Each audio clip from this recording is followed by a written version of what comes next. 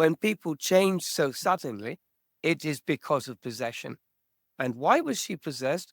Because when she hit her head, her consciousness was lowered, and that left a gap for some negative energy, which was in the hospital already, to enter her body, or her aura anyway.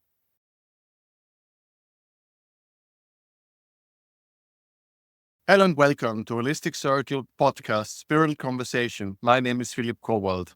We are reaching out to people who are passionate about spreading light, love, and joy. And I'm very happy to have here the second time with me, Chris Earnshaw. Hello and welcome again, Chris. I am forcing you today in a Christmas conversation, all things. You have so many interesting ways to go and so much knowledge, and I'm making the best use of it to talk about Christmas. Right. But I think there's a deeper conversation that I'm dying to have, and you are the person I would love to have it with. It's about light and darkness, and it goes for all of us. In every culture, in every system that we know on Earth, there is an idea about, is it good or evil, light or dark, or the wheel of life, or there is everywhere, right? There is no culture that I'm aware of, except some very early cultures, prehistoric cultures, that do not have that concept because they believe in the God, the mother God. They interestingly don't have concepts of good and evil. It's super interesting, but that's not our conversation today. So we've moved on to the era of man, and there obviously comes the war and comes all of it, and comes good and evil and light and darkness. That might be an interesting conversation for some other time, but today we talk about the here and now and duality as we see it and as we understand it and as we get inspired by it and as we struggle by it. And you have an unique vantage point to the subject because you have been working for years, as I understand, as an exorcist. You've been helping people. So we're starting our lovely Christmas conversation. Everybody's sitting with Christmas sweater and a hot mug, and they can learn a little bit about exorcism to lighten up the mood. Chris. Excellent. So, what in particular do you want to know? Everything, basically, how you Everything. started, or is it from a background? Who are the people? How they reach out? How you help them? Everything that you possibly comes to your mind. It's very unique. I haven't prepared anything, so it's a little bit. So start with the beginning. I don't. I have a Christian cultural background, which means I was born into a Christian society, but I'm not a believer and I don't go to church. And so the way I approach exorcism is by using a pendulum. And I've got one here. I have many pendulums, but this is just one of many. And I learnt the technique, and I've got the book here, from a person called Raymond Grace. I don't know. He wrote, "The Future is Yours." And this is a book about, I would say it's a book for people who want to be advanced dowsers, people who use pendulums, but not just to make yes-no decisions. This book teaches how you can manipulate energy. And years ago, probably 30 years ago, living in Japan, I was attracted to the spiritual. I had some interesting experiences and I wanted to study spiritual things, but I didn't know where to go. I was reaching out to everything. For example, crystals. I was working with crystals and homeo, so many things. And the club, Chris. Yes. So I was searching, and in Japan, we don't have spiritual teachers like we have in the West, which I mean, in the West, we have people who have a track record. There's not really a qualification per se for spiritual work. but they're known by the work they do, and people recommend people to teach spiritual things based on their track record. In Japan, we don't have this.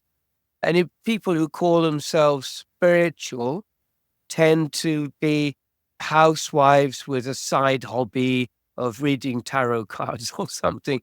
And often they're not very good at it. Would be lovely. I learned in another podcast. Yes, and I designed my own tarot cards, which I don't have here. It's called the Tarot of the Revelation. We'll talk about And this later for super last minute Christmas shopping. I want to know about the tarot cards. We'll get there for sure. Okay. Yeah. I started with the tarot because a friend of mine, we were talking about spiritual things, and he introduced me to a German tarot reader who was visiting Japan. And I went to a reading with him, which was really quite expensive, but I trusted my friend's recommendation. And the man blew me away. He was saying things that I had never told anybody. And he was looking at 5 or 6 cards on the table. I thought, where's he getting this information from, you know? And so from there, I started studying the tarot, and I took an American examination, which in Japan, people are very focused on certifications. So I got the Master Tarot Reader certification from the USA and also from Britain. And then I decided, based on a coincidence, at the time I was studying Edgar Cayce, and Edgar Cayce did a book called The Commentary on the Book of Revelation. And when I read that, I saw the connection between tarot cards and the Book of Revelation, and then I made my own cards. Unfortunately, the cards are no longer available, but the book that explains the whole concept and why tarot cards come from the Bible, it's all explained in the book. From there, I started looking for other things. Sorry, Chris, Old Testament or New Testament? The New Testament, the Book of Revelation. It's Genesis starts the book of the Old Testament, and Revelation finishes the New Testament. And what is very interesting is that Genesis and the book of Revelation are reflections of each other. There's similar stories in both books about opening the gates to the Garden of Eden, and in Revelation, it's closing the gates to the Garden of Eden. Anyway, it's a long story. I'm having an electric shock therapy of being an altar boy I went to a private monastery boarding school. So I'm having an electric shock when you start talking. Okay, so you don't have a heart attack. I think you should read the book by yourself. So anyway, from that point, I really got deep into spiritual things. And among many things, I chose to study the pendulum. And what I like about the pendulum is that it gives you a visual answer to your questions. And so you build up a relationship with a pendulum. And the more you use it, the better the questions get. It's quite a long period. But this is getting very interesting now. I had a podcast yesterday with one of the leading world expert on dreams, how to connect with your dreams. And we mainly talk about the techniques that are applied, that you, through a process of learning, basically open up the channel. And I know that you and me are both big fans of energy meditations or working with energies and those things. And the funny thing is, when you talked about our dream, that you need to also tune into those energies, but for the purpose of the sight. Is it like the sight, like a medium, or the sight of reading your dreams almost like awake? It is a very interesting and technical conversation. And now you're giving me another one today with the pendulum. That's another way. So I'm starting to see through those podcasts I've been making, because I've always focused on meditation. That's my thing. And this is the way I go. And I didn't look much that there is the same tuning in, but with a different result and a different way. This is a very interesting thing that you said to me just right now. So you're tuning in and you talk to the pendulum and it talks to you. Yes. And that's why I like it, because many other techniques, you don't get an answer. You can meditate and talk to the universe, but very difficult to get an answer that you can Sorry, actually the unpolite. quantify. I must break you one more time. Do you say that this is coming from your subconscious that is transferred to the pendulum, or is it an entity? How you see that? This is like your subconscious talking to you through the pendulum, like with dreams, or is it like an entity that really talks? No, I'll explain in a moment, but it's actually an entity working through me to move the pendulum. Wow. Then I realized that by studying the tarot, and it's not just the tarot, but there are other practices, I had opened a kind of psychic door in my mind, and I was starting to hear voices and people talking to me, my family, my daughter talking to me, even though she lives in New York. I heard her talking to me. And I wasn't particularly trying to connect. I was just getting ready to go to bed, and somebody started talking to me. And then ghosts, it's hard to explain, but perhaps Westerners would appreciate ghost, but an apparition entered my bedroom one day and sat on my bed. And I couldn't see it, but I knew because the room got suddenly very cold and the bed dipped down. Now, I thought spirits and things had no body, or they couldn't make a dip in the bed, but they did. When it sat down, the mattress went down. And I wasn't very experienced, and I probably said the wrong things to the apparition. But anyway, as soon as it left, the room went warm again. These sort of things happened to me regularly after I was working with the Tarot of the Revelation. This is a very important conversation that we're having right now, because yesterday the woman also said about those visions, but she was more or less convinced that it's our subconscious manifesting, and you think it's No, a real entity. But this is here already starting our yin yang, black and white. We are already in duality because we have two very different schools of thinking. The ones that think everything is created from inside out, and the ones who actually believe in a super natural, I don't know how to use the right wording. Maybe you help me there.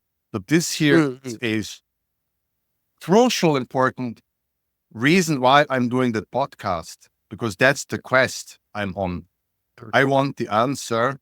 And this is becoming the core theme of my podcast, to understanding light and darkness. Is it one or is it separated?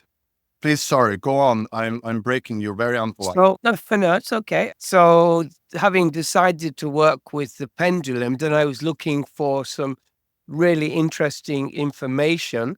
And I don't believe in coincidences. I believe that everything has a purpose in our lives.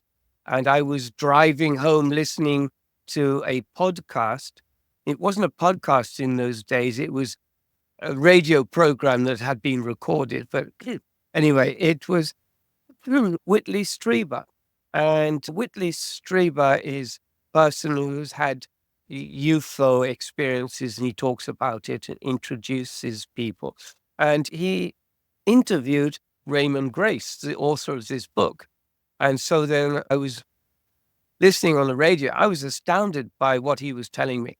Raymond Grace has a very interesting background. I think he's from West Virginia or one of the Appalachian countries. He has a very thick American accent, but he uses the pendulum to help heal people, to take arsenic out of wells. If you've got a poisoned well, he just gets rid of it.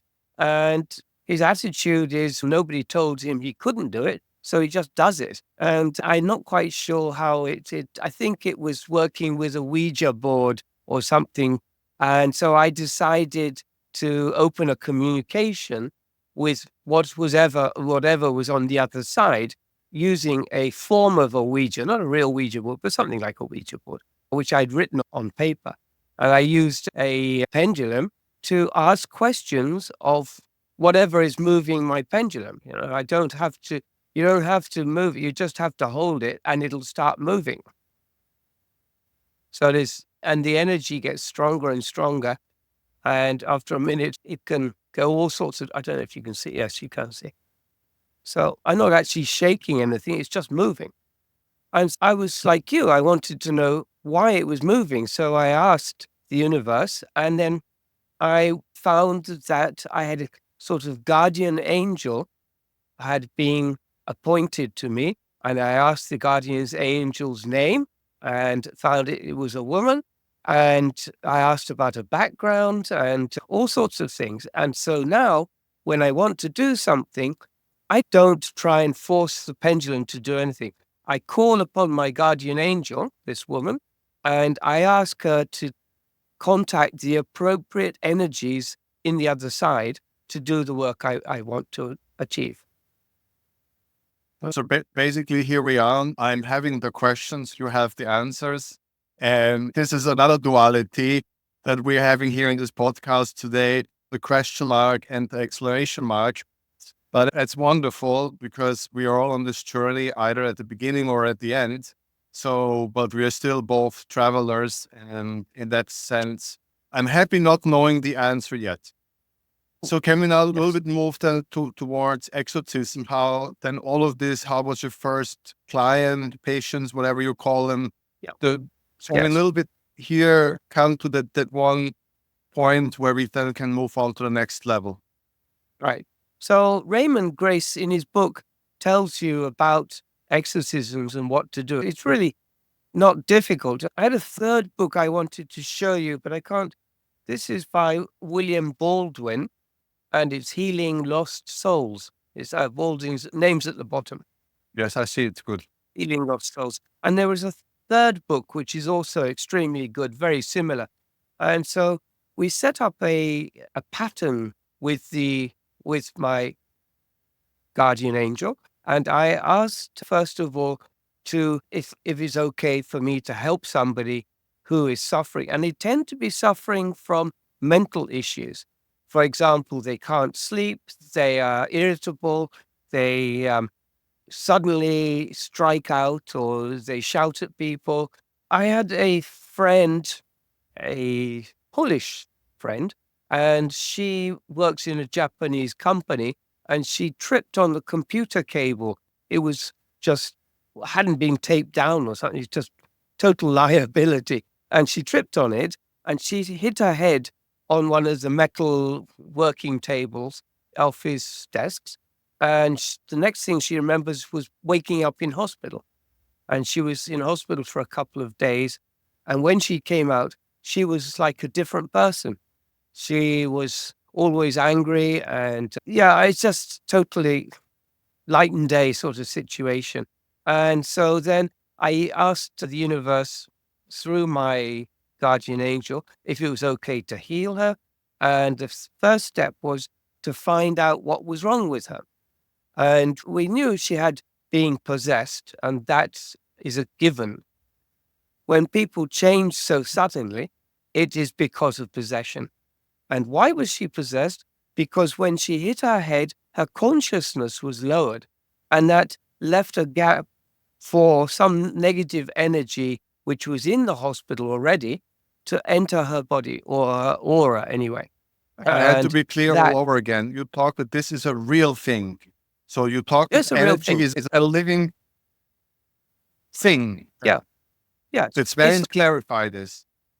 Yeah. So it's the soul of somebody who has died in a hospital and probably died in a rather miserable or condition, and he just hung around the hospital maybe 100 or 200 years. And then my friend went and he saw an opportunity, and she, whatever, took that opportunity. And so we knew it was possession, and we, meaning me and my guardian angel. And one of the things about the guardian angel I got to mention is that her background being Egyptian, her name doesn't have any vowels. And so I'm never quite sure about how to pronounce it because it's just, I think it's 9 consonants. And how do you pronounce that? And I've asked several times, and she said, "Oh, yeah, that's okay." Uh, I don't actually hear her talking to me, but the pendulum gives me the answer. And the pendulum doesn't just move in a north, south, east, west. You can make other points on the circle, for example, laughing, humor, joking. You could have a point like, say, 180 degrees and 0 is a up and down. But if you made it 190 degrees, that indicates she's laughing or it's a joke, that sort of thing. And so we have several points on this around the circle. If the pendulum moves there, then, for example, one of the points is, I can't answer that, please ask another question. Because some things are very sensitive, and even for the other side. First of all, I wanted to see how badly she was possessed. And basically, on this book and the second one I can't find, they divide the possession up into light possession, medium possession, and serious possession. And that indicates the level of negativity of the entity that has entered her aura. Do you know the author Michael Crichton? He wrote Jurassic Park, I think, the film Jurassic Park. Okay. So he's written a book called, he's a doctor and he writes best-selling novels and things, but Michael Crichton wrote a book called Travels. And he went to meet I'm not sure what it was. It was a person who taught him how to have an out-of-body experience. And this person was in San Francisco. He went and met him. And he also could see his own aura, and he could see the negative entity stuck on the aura on the outside. In most people's cases, a low negativity and is rather like a cold or the flu. You just can't get rid of it. But it's not a serious thing. But if you have a severe level of possession, you need to clear that as soon as possible. And my friend, she didn't have a very severe, but she had. And what also happens is that it's often more than one entity enters your aura, sometimes 3 or 4. And it can be as much as 30 or 50. And you don't feel it because what you do feel is that you're always tired. These entities, they suck your energy a little bit at a time. There are different types of entities. For example, a classic one is for alcoholics. Alcoholics, they surrender their will, their body to the alcohol. And that's why we use in the word spirit. Alcohol's whiskey, the hard alcohol, we call it spirit. And in olden times, they believed there was a relationship between spirits and spirits. And in fact, there really is. Because what happens is that when a person loses consciousness because he's drunk, which is a serious thing, he could also hit his head as he falls. But if he becomes unconscious from drinking too much, that allows negative entities to enter his aura. And what they want is they want that buzz from the alcohol. When you have in a summer day and you have the first beer and it's hot to have, you're thirsty, the first beer, it feels so good. That's what the entities want. They want that buzz from the alcohol. And that's why they won't leave your aura. They stick on the aura. They can be there for years. And what the problem is, however much a person tries to get off alcohol, detox, or goes to the Betty Ford Center in Los Angeles, wherever it is, it'll only be a short-term recovery because until you have somebody exercise you and get those spirits out of you, they will be nudging you all the time for another drink, just one more drink, just one more drink. Only need the one, just one more drink. And some people can actually hear it. We call it like being delirious. People can hear voices. Those are the voices of the negative entities saying one more drink. And so they are stuck forever. Yeah, I must now a little bit put this into smaller chapters because there's this like now mind-blowing information for a lot of people out there. This is gonna Merry Christmas, everyone, by the way. So let's a little bit put them into smaller chapters. And the first thing is, do I understand you correctly that these entities only come from a dead person? They don't come any other way. They are human related. Is this the first thing? Yes. Yes. Okay. So yes. when a person dies, is it that like when you have unfinished business or traumatic business, when you're basically not in peace and harmony and love, when you cannot dissolve into the light? I guess that's a concept that you and me most probably will agree on. Then Yes. you are somehow unfinished in any connect. You might stay here and continue the suffering. Is that so far I understood you correctly? Yes. Yes. Some of them are very So old. Now I need to ask you a question. You said your guardian angel. Now I need to ask you, I'm so sorry. Is she one of those persons who did not dissolve into the light and stayed here for a very long time, like the other spirit, or where does she come from? How does her existence? Right. So her background, she was a temple maiden in ancient Egypt, and she would work in the temple, but they also danced in the temple, danced to the gods, and they played music and things, entertainment. So that was her job. And a lot of the experience, Raymond Grace talks about the nuts and bolts of advanced pendulum work. But about spiritual things, I really recommend a book called 30 Years Among the Dead by Carl Wickland.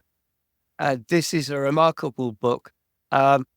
It's it was written over 100 years ago. The English is a little bit Victorian, but that's okay.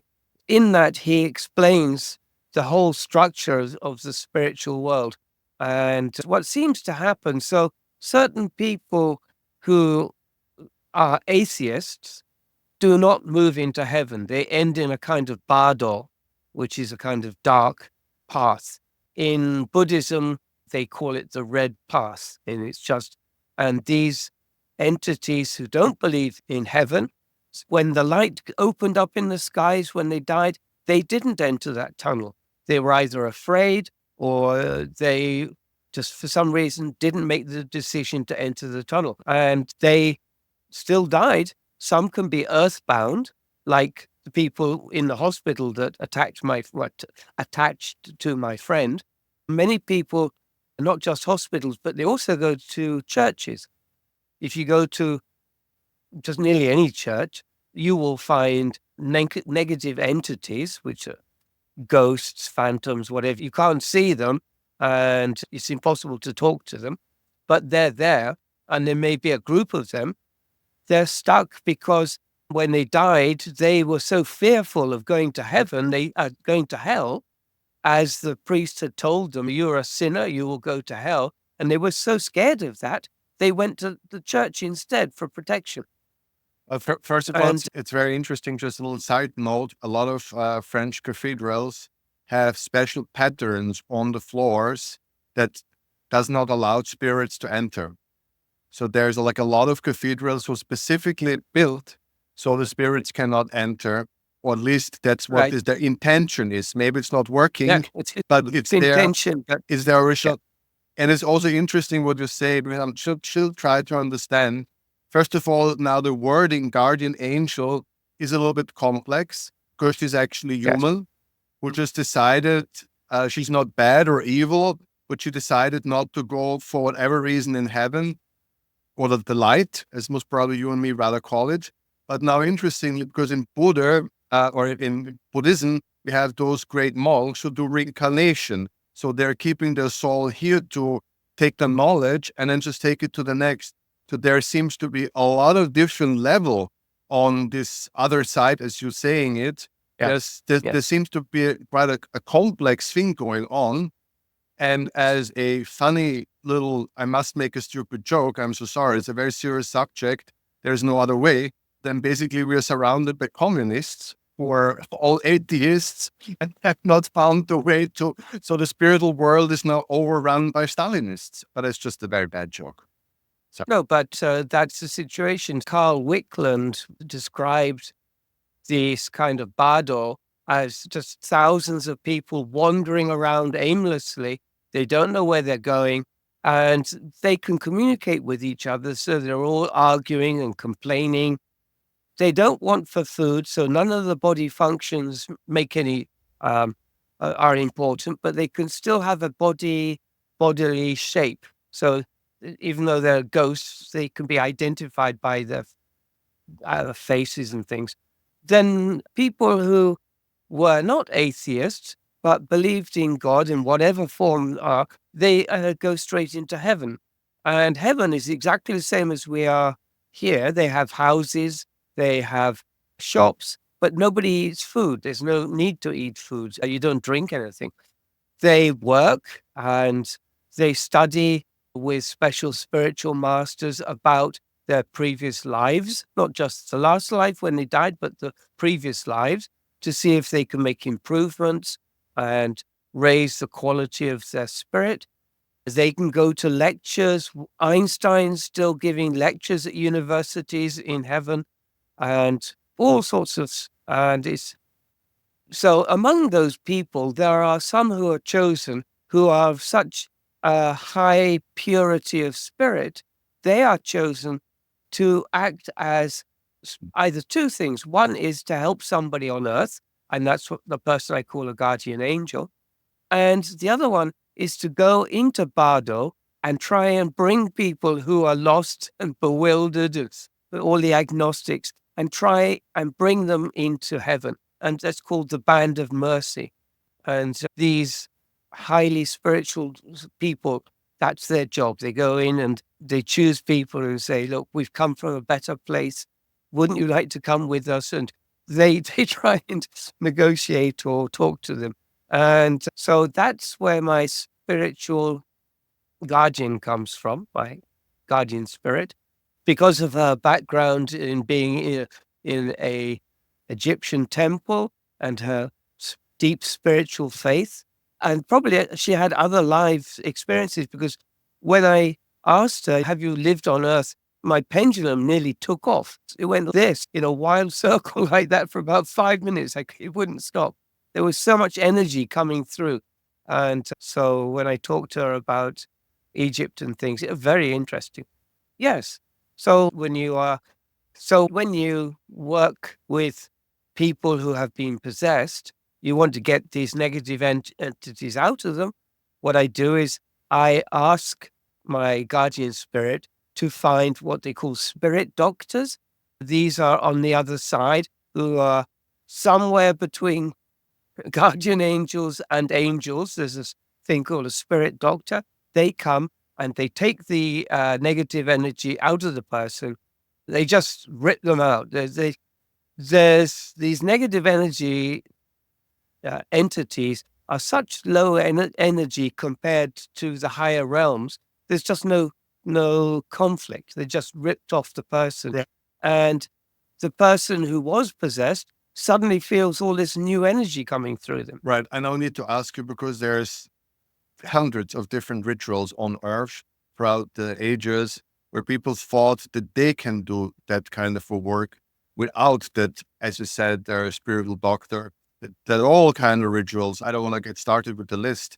Right. Do you think that is all bollocks and it don't work without that super entity to do it for you, or there is some of the things that you consider might be working?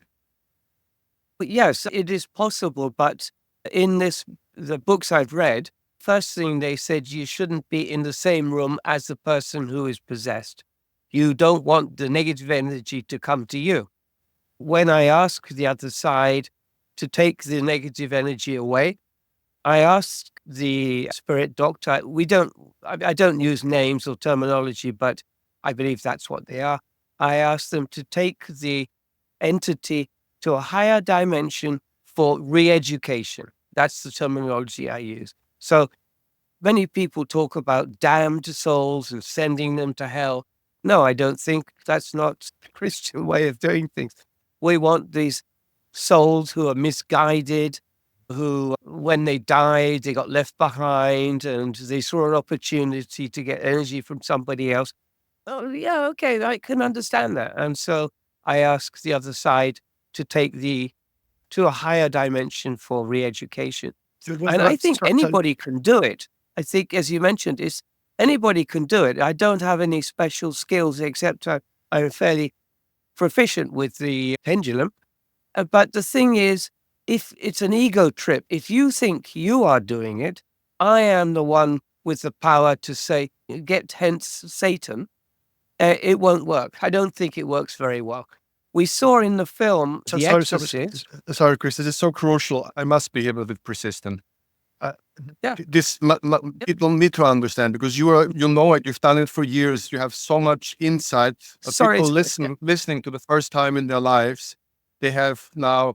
So if you had a friend or somebody that you know that you think it has changed very rapidly at some point recently, whatever, and you see it's low down and constantly want to sleep, and I'm tired all the time. I'm tired all the time.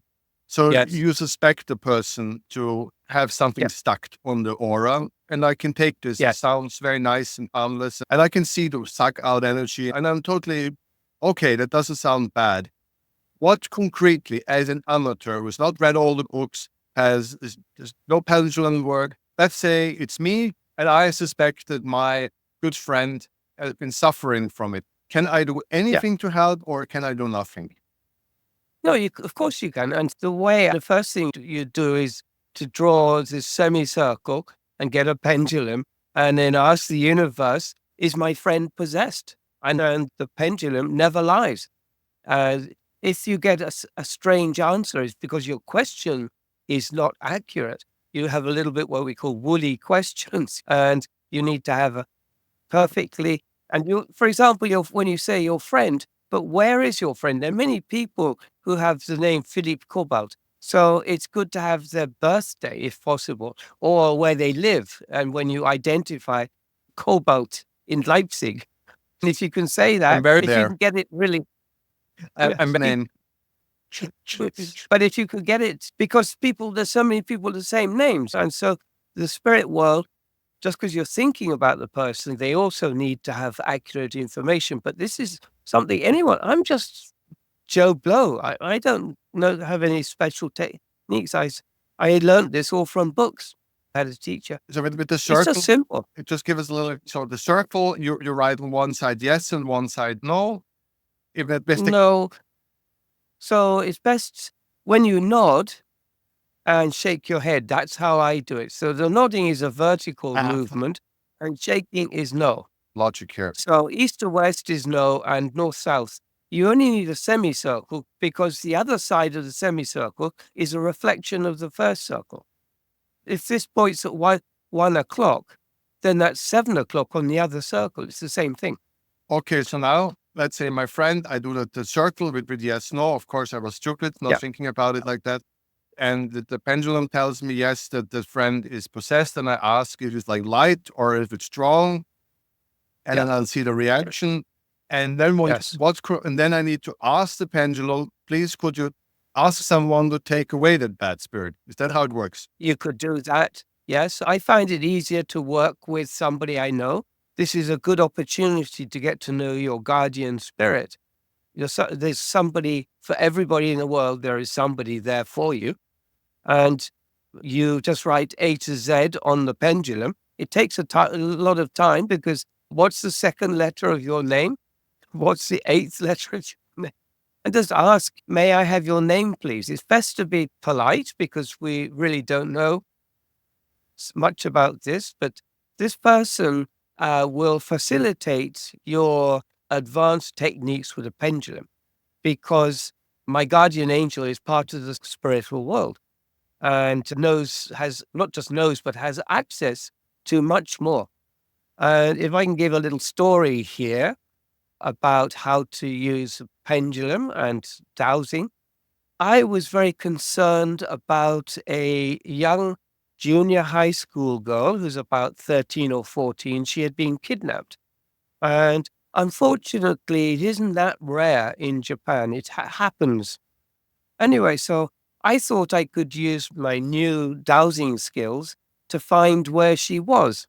And I realized that, okay, I had an idea where she might be because I used a map and I used a map of Tokyo and I got this and I found a point. But you can't knock on people's doors and say, have you kidnapped this young girl? And they would call the police. And you can't go to the police because they think you're crazy and they put you in hospital. So then it came to me, I should ask an archangel, the highest power there is in the universe, to sort this out. And that's what I did. And when you're working with angels, their function is to help humanity. That's their function. You shouldn't feel obliged, or I'm not quite sure exactly what the word is, but I think the church has taught us incorrectly about angels, that they are mysterious beings, etc. You can talk to Archangel Michael and other people can talk to him at the same time. He's just like the description of God, that he is, what's it, omnipresent and Seeing, knowing, omnipowerful. and so forth. Yes, omniscient, omnipowerful, omnipresent. Yes. That's the same for the angels. So you don't think I'm tying up his time or he's got something more important to do in Gaza or in Ukraine. He can help you anytime. I wasn't sure about that, but anyway. And the other thing is that all angels Sorry. tend to have their own color. All right. And so I bought a book of angels and looked at and found they're all colors. And Michael has a bright blue color. So I asked my angel, a guardian angel, could you ask Michael to do this for me, please? And give him my best gratitude and love and everything. And when I was doing it, the energy in my room was just fantastic. It was just heavy at the same time. It was sparkling. I couldn't see anything, but I could feel it. It was like being in a bubble bath. Suddenly, it just suddenly changed. And about a week later, I saw on television that the girl had escaped from the captive's house and she had walked into a police station. And before that, I jumped a step. So when I asked for Michael's help, I also asked, could you send me a sign that you have heard my request? Please. Don't forget the please. And because his color is blue, I was waiting for something blue. And I think it was 2 days after I did the dowsing, I left my house and I have a small garden and there's a garden gate, and there was a dragonfly sitting on the gate, bright blue. The wings were blue, the head and body were all bright blue. And as I approached the gate, I suddenly saw it, but it didn't fly away. And I could feel that it was looking at me and thinking, have you seen me? Do you recognize me? And I just got that into my heart.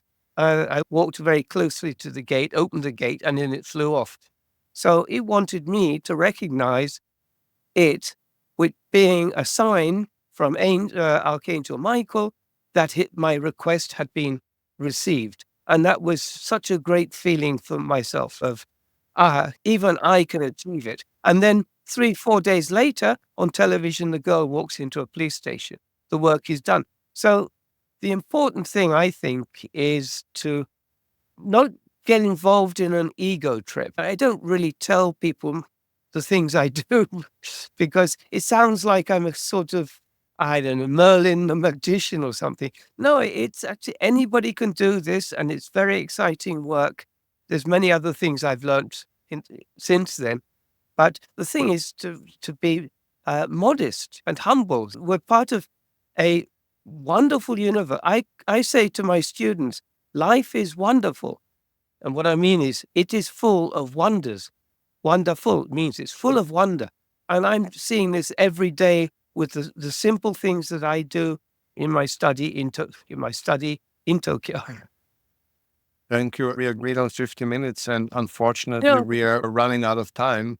But I think we could talk another 10 hours, because if this is a real thing that you're opening up to us, and I have huge trust into you and your knowledge, then there's so many consequences spinning around what you just told, because would be really a if I whole can new give you ball game. one more sort of Christmassy thing you wanted to talk about.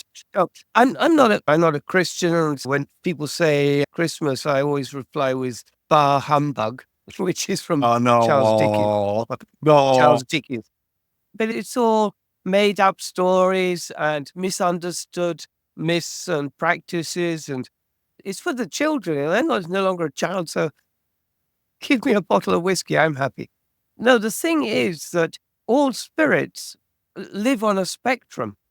And so there's a light spectrum, there's a dark spectrum, and the energy levels are very different. So when we look at the spectrum of light, it goes from infrared to ultraviolet. Is that right? Yes, ultraviolet. And all in between, you've got the reds and the yellows, the greens, the purples, etc. That's 1 inch wide. But for a meter on the other side, there are thousands of other energies. And these vibrations, the angels are at the highest vibration, and the negative energy are the lower vibration. They're lower than our vibrations. That's why we can see the light. They're lower than that vibration. So when they get stuck on our aura, trying to take our energy from us, we can get rid of them easily. It's not a big, difficult thing, but it's just you have to think it through. I always ask a higher power to do it for me, because I want those negative energies to be taken to a higher dimension, to be re-educated. I don't want to punish them. They just don't understand what their world's about. And this is explained so well in Carl Wickland's book, 30 Years Among the Dead. And you can also, you can get the book for $2 as an ebook. It's so cheap. It's an old book.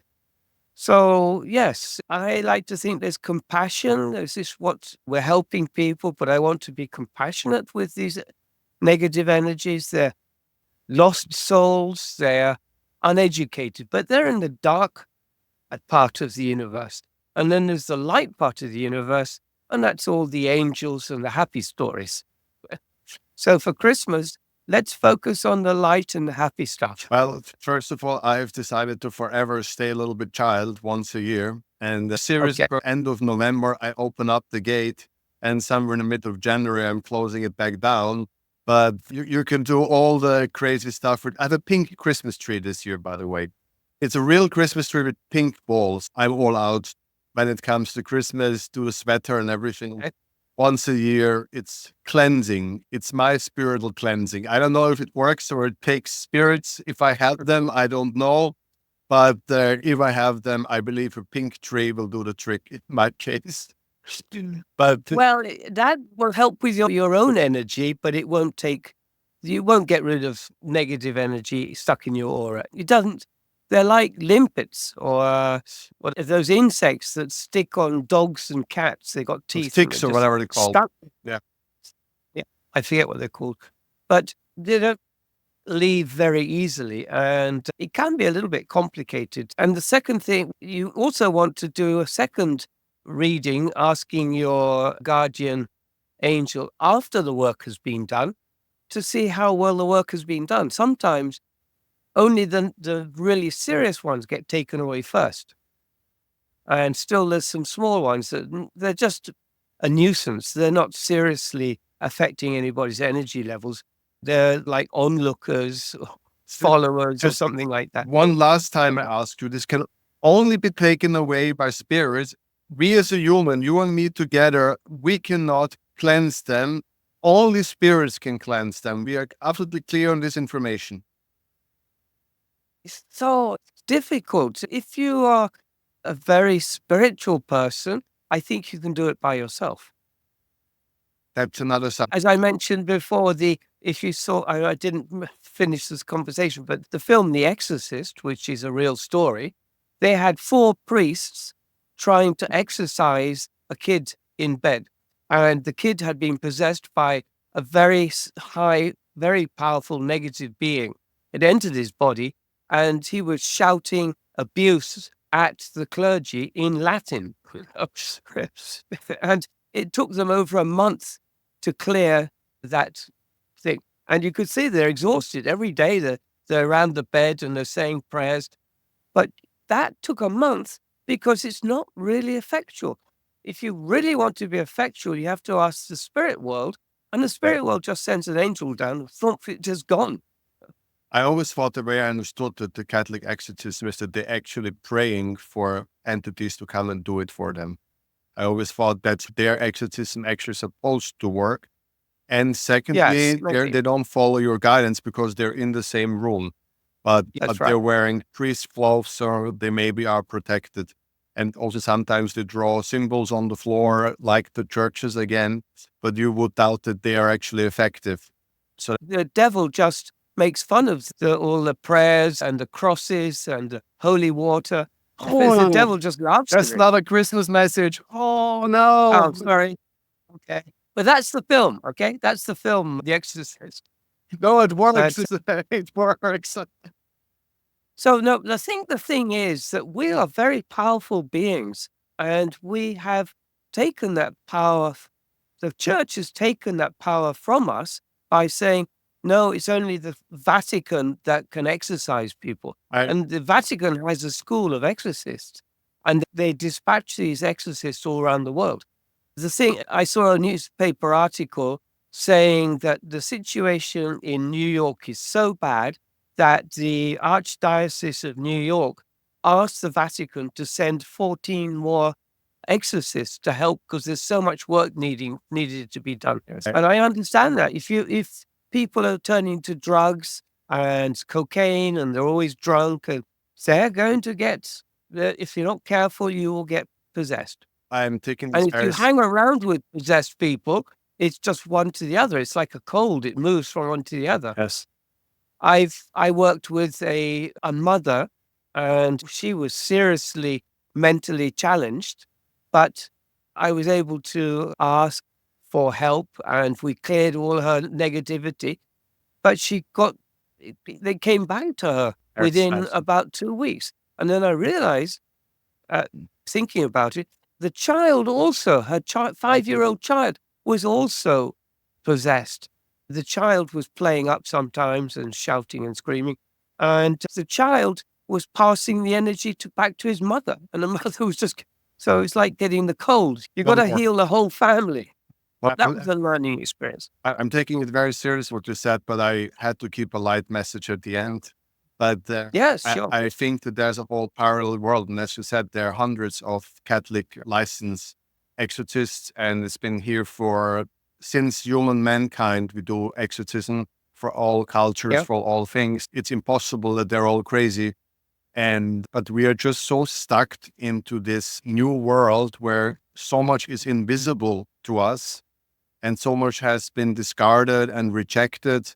And this is a heavy line to cross for a lot of people listening to this the first time in their entire life, except in the movie, right? These people Yeah. will just don't know, are we nuts or what to do with this and how to do with it? But I think you laid it out in such a calm and beautiful way. Yes, because you made it very much less scary. You so much. The thing is, you have the power. You really have the power to do nearly anything you want to in this world on the other side, but you just have to claim that power. You have to read books, you have to study it. The church is not going to tell you because they have taken that power from us in the medieval times and they kept the power and they themselves have forgotten it. If you talk to most Catholic priests about the devil, he says devil doesn't exist. No, I'm sorry about that. I'm so with you on that part, but that's another podcast, and I think there we could agree even more today. But this was amazing. I think this was the best possible Christmas message ever. First of all, that we are in control, guide us, and there's so much help and so much reaching out. If we would just be willing to accept it, to open ourselves and take responsibility, then it all would be there on a silver platter. So if that's not a Christmas message, then I don't know what is. And with this, the angels are there to help us, but we don't ask for their help. treat. So I will see them with new eyes. And I'll say thank you so much. This was a very important podcast for me. It clarified a lot, and even a lot of things have not been said. They were there in the room in between, and food for thought, if they stay. And I think you have blown a lot of people's mind today, Chris. Thank you We very can much. continue the story. We can continue the story in the coming weeks. You know how much I But hope for I'd that. like to finish by saying, Happy Pagan Tree Festival to you. Thank you. Thank you so You're much. welcome.